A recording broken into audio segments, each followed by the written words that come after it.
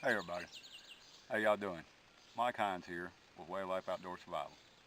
Well, y'all, I'm gonna do something a little different today. I have a comment, more or less a suggestion of something that somebody thought I should do, and I want to read y'all if I can find it here.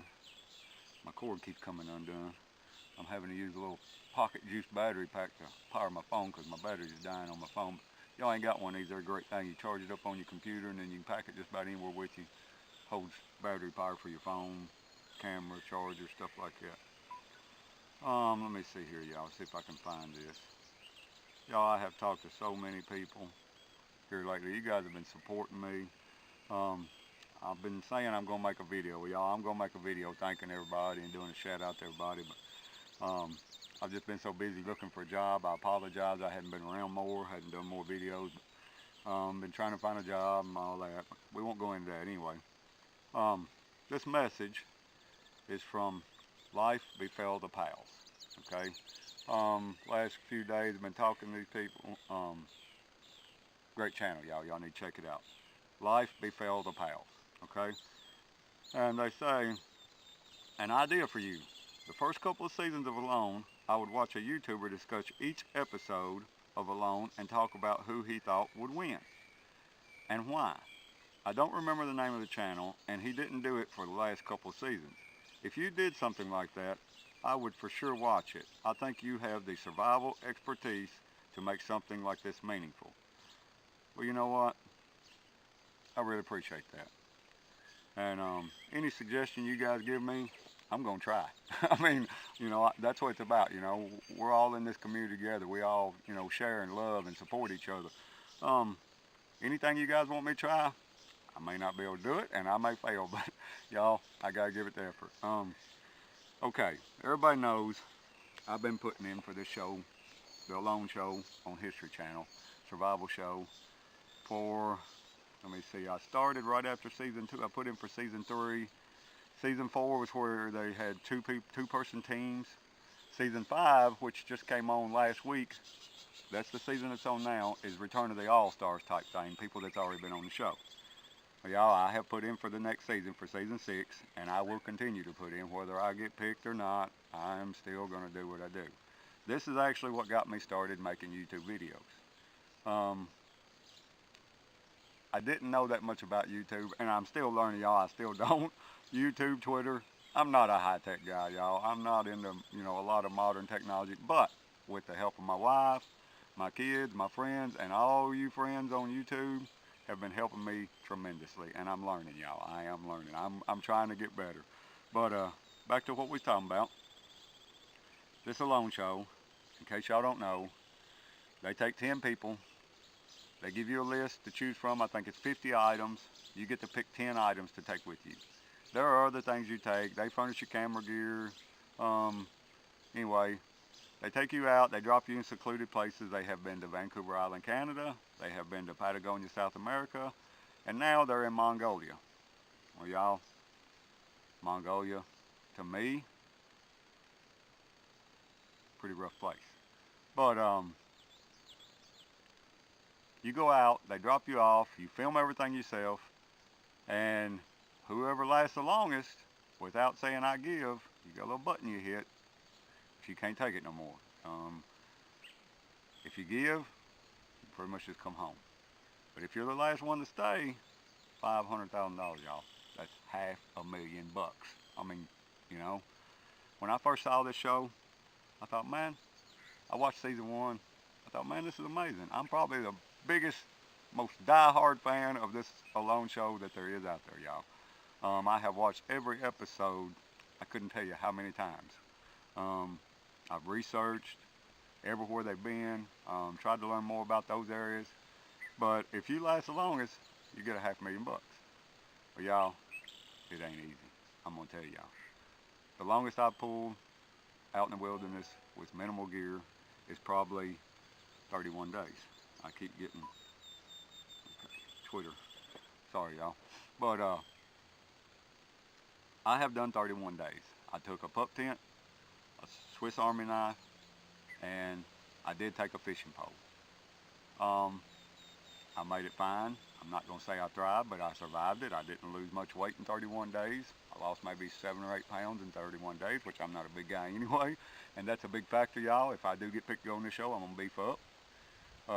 But season 5, they're in Mongolia. Return of the All-Stars, y'all. Episode 1 of season 5 came on last Thursday. Episode 2 comes on tonight. After each episode, I'm going to start making a video of what I think about each episode. Right now, I'm not going to make a prediction on who wins, because that's going to be a tough call, y'all. These people have done this before. They know what to expect, and they're some of the finest people that made it through the previous seasons. So far, they have only shown real in-depth about 3 people. But I told you season 1 came on last week, but there was a clip or a show before that showing who got picked and stuff like that. I have seen some YouTube videos and stuff, but season 1, they showed Carly, they showed Nicole, and they showed Sam. Let's start with Sam, y'all. Okay, Sam was on season 1. I think he made it like 55 days, and the winner of season was Alan. Of season 1 was Alan, and he was 56 days. Y'all, you gotta respect these guys. I respect each and every person on this show. You gotta have some gumption, especially if you've done this once, and then you're gonna voluntarily go and do it again. That's what you call dedication, y'all. That's what you call hardcore. These people, in my opinion, are the best of the best, and they all have done a great job. Sam, okay, I don't know if you guys watched the show, but episode 1, Sam, when he got to where he wanted to make a shelter, he started unpacking his pack. So y'all, the first thing he did was take out a picture of his wife, kids. Sam has 2 children now. His wife was pregnant with their first child on season 1. He has 2 children now, and he saw that picture, y'all, he got emotional. He cried.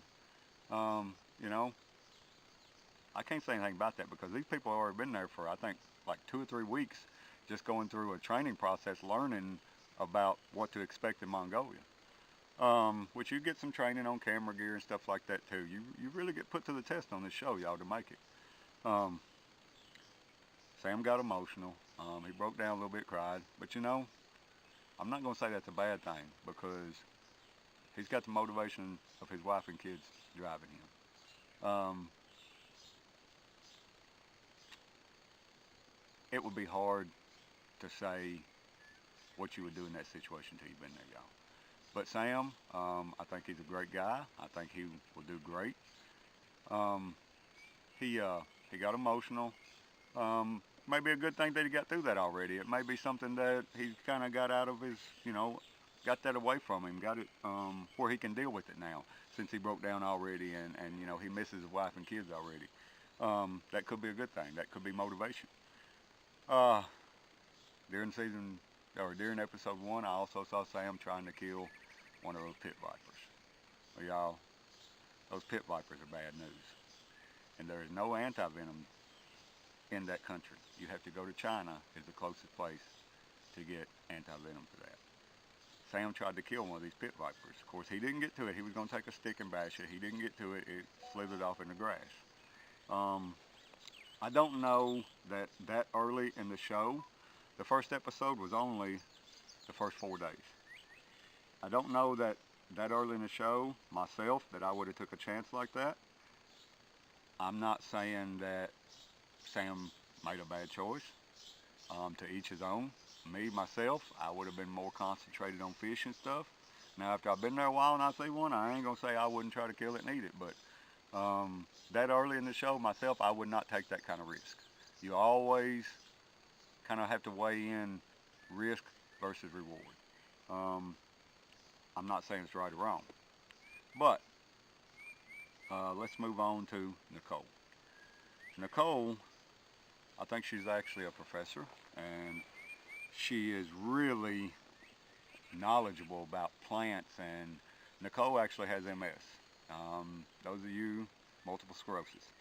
Those of you that's watched my channel, seen some of my videos, my wife has progressive MS, y'all. It's not an easy thing to deal with. Now, I don't know that Nicole, if it's progressive MS or non-progressive MS.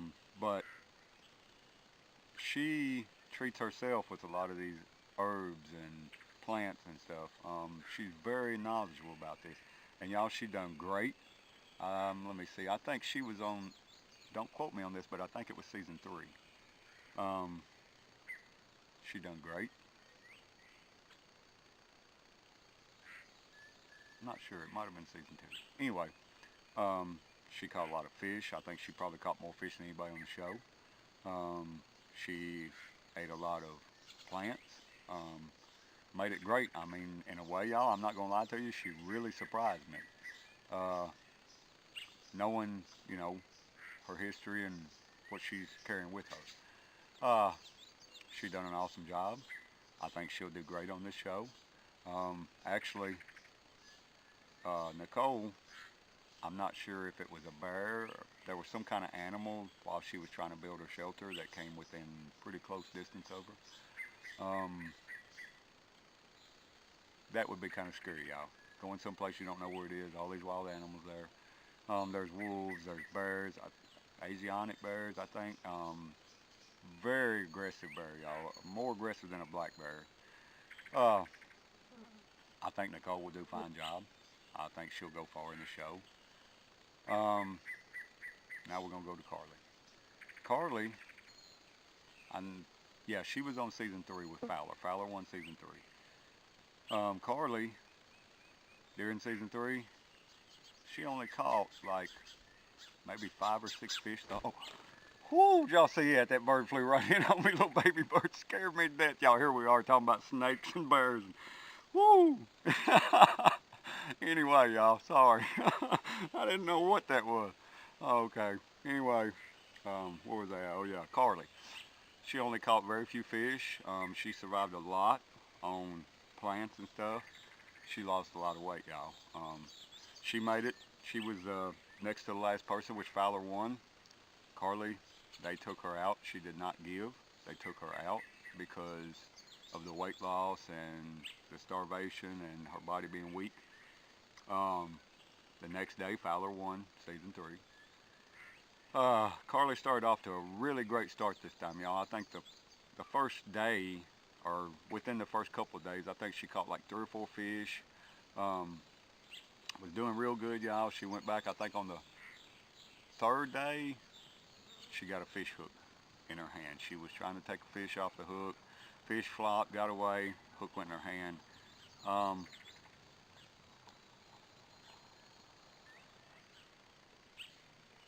It hooked her right here, kind of in behind that tendon and stuff in her thumb. I know she said when she moved her thumb, she could feel the hook move. And y'all, it didn't just get in her. The barb, it sunk all the way to the eye, y'all. After the swelling and stuff, you couldn't even see the eyelet of the hook. I will give Carly credit for this. She tried everything, y'all.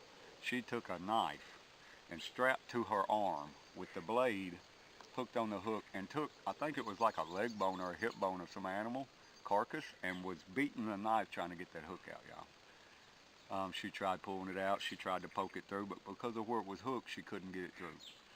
I actually watched the bonus clip. If you guys subscribe to the History channel, you can see these bonus clips and stuff where they took the hook out.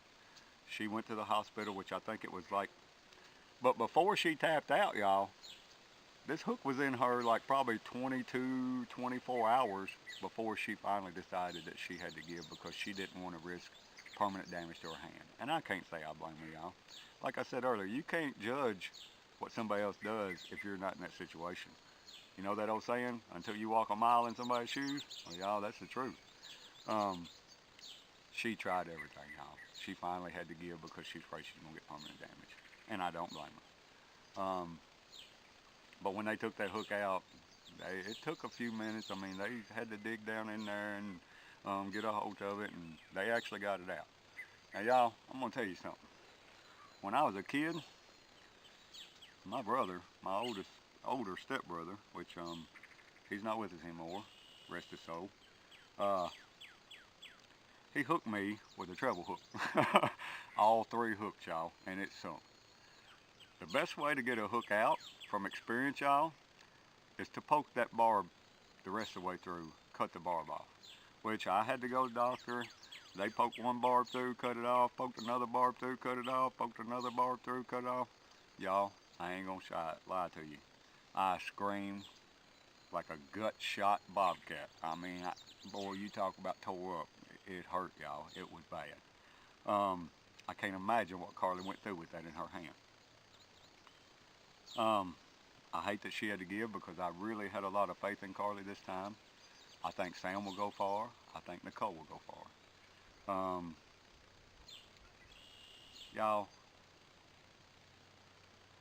Mongolia, like I was saying earlier, looks tough. Now, given it looks like there's plenty of resources, a lot of fish. There's a river. You're right close to a river. There's a lot of fish there, but there's a lot of dangers there, y'all, too. Wolves, the bears. I think there are actually snow leopards in certain parts of Mongolia. The pit vipers. With all the extra resources that it looks like it has to me, comes a lot more danger. But y'all, wintertime's coming.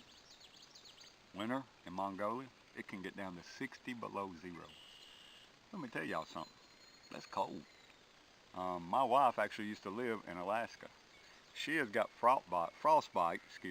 She has gotten frostbite walking to the mailbox, y'all. It was only about probably 20, 30 something below then. 60 below is cold. Looks like it's going to be a great season. Like I said earlier, all these people that are on this show this time are experienced in this. They've done this before. They've been on different seasons. I'm not going to go over each and every person on the show until they show them on each individual episode. But I can tell you this. A lot of it comes down to what gear you take with you, your mindset, your motivation, your endurance, how much resources you can find, how much food you can store up for the winter. You know, y'all, I've said this before. I can't look at this like a survival situation, this show, because in a survival situation, y'all know I was in the military for a few years. Growed up in the country, y'all. My granddad was a sharecropper. I was raised and learned at an early age how to do with nothing. Make do with what you had. Use whatever's around you. Live off the land. It's not easy life, y'all. But that's the way I would have to approach this. I was taught in a survival situation, you try to get out. If you can't get out, you try to get yourself rescued. Your main perspective in a survival situation is to remove yourself from that situation. But y'all, you can't look at this like that. I mean, you can't look at this show that way. You gotta look at the show like, you know, somebody that's going to claim new land, or, you know, like the Pilgrims or the settlers, or, you know, like somebody setting up a homestead. The way I would approach it is like I'm moving there. The time limit on this show is 1 year, or it has been in previous seasons. I would have to go into this like I'm moving there for a year. You know, homesteading is one of the things that I would love to do. With the situation with my wife, we can't really do that, y'all. Our finances, my wife's disease, it's not feasible for us right now. But if I could, that's the way I would have to do it. I've actually thought about trying to purchase land, Alaska, Montana, somewhere, and setting up a homestead within the last few years. But like I said, we can't do that. But if I could, what I would do, my wife would stay here. I would go, do everything I had to do, get a homestead ready for her, back and forth. But that's the way I'd have to approach this show, y'all. Like I'm moving there, like I'm, you know, going to settle a new land or make a new home. I mean, and I think if you approach it that way, your mindset is going to be different than somebody that's just going out there to try to survive. One thing I will tell you, the people that are on season 5 this time, a lot of them, you've seen a few people take a bow and arrow. But y'all, that's one of the things I would take because I am an avid bow hunter. I love archery. I shoot recurve bow, longbow, crossbow, compound bow. I don't rifle hunt anymore for deer season. All I do is strictly bow hunt. Even during rifle season, I follow the rules and regulations and I pack my bow. This year, I'm doing it with nothing but a recurve. But a lot more people. In the past, you haven't seen a lot of people actually using their bow or smart, harvesting small game and stuff like that. Now Fowler on season 3, he took a slingshot. I know that sounds kind of different. Y'all, I know he harvested at least one bird. And there's a lot about the show that we don't see what goes on all the time, and these people film everything they do. We don't see all of it because the producers and casting team, production team, they cut and splice and edit and try to make a good show. But y'all, I just want to kind of do this. This is just my first little video about, the Lone Show. I'm very excited about season 5. And I'm just going to go and say this, y'all. I don't know if I'm supposed to or not. I put in for season 6. And I received a phone call talking about the process. Y'all, the process is a long, hard process.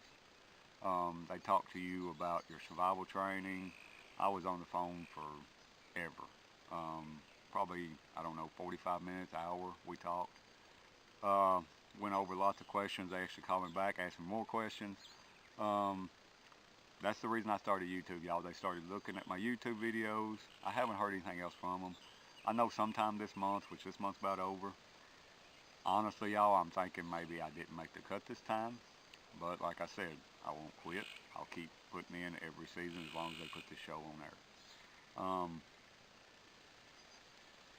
It's a really lengthy process.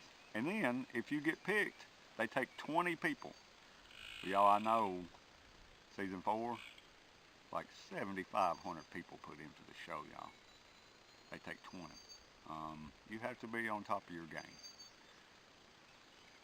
From those 20, they take you, I think it was New York where you go to, the state of New York. You go there for, I think it's a week-long camp. You have to prove you can build fire so many different ways. You can build shelter with practically nothing. You can harvest food. You can fix food. You can, prepare your own water, process your own water for drinking water. There's a whole lot more to this getting on this show than what people think it is. And then, from those 20 people, they take 10. Well, when they tell you you're in the 10,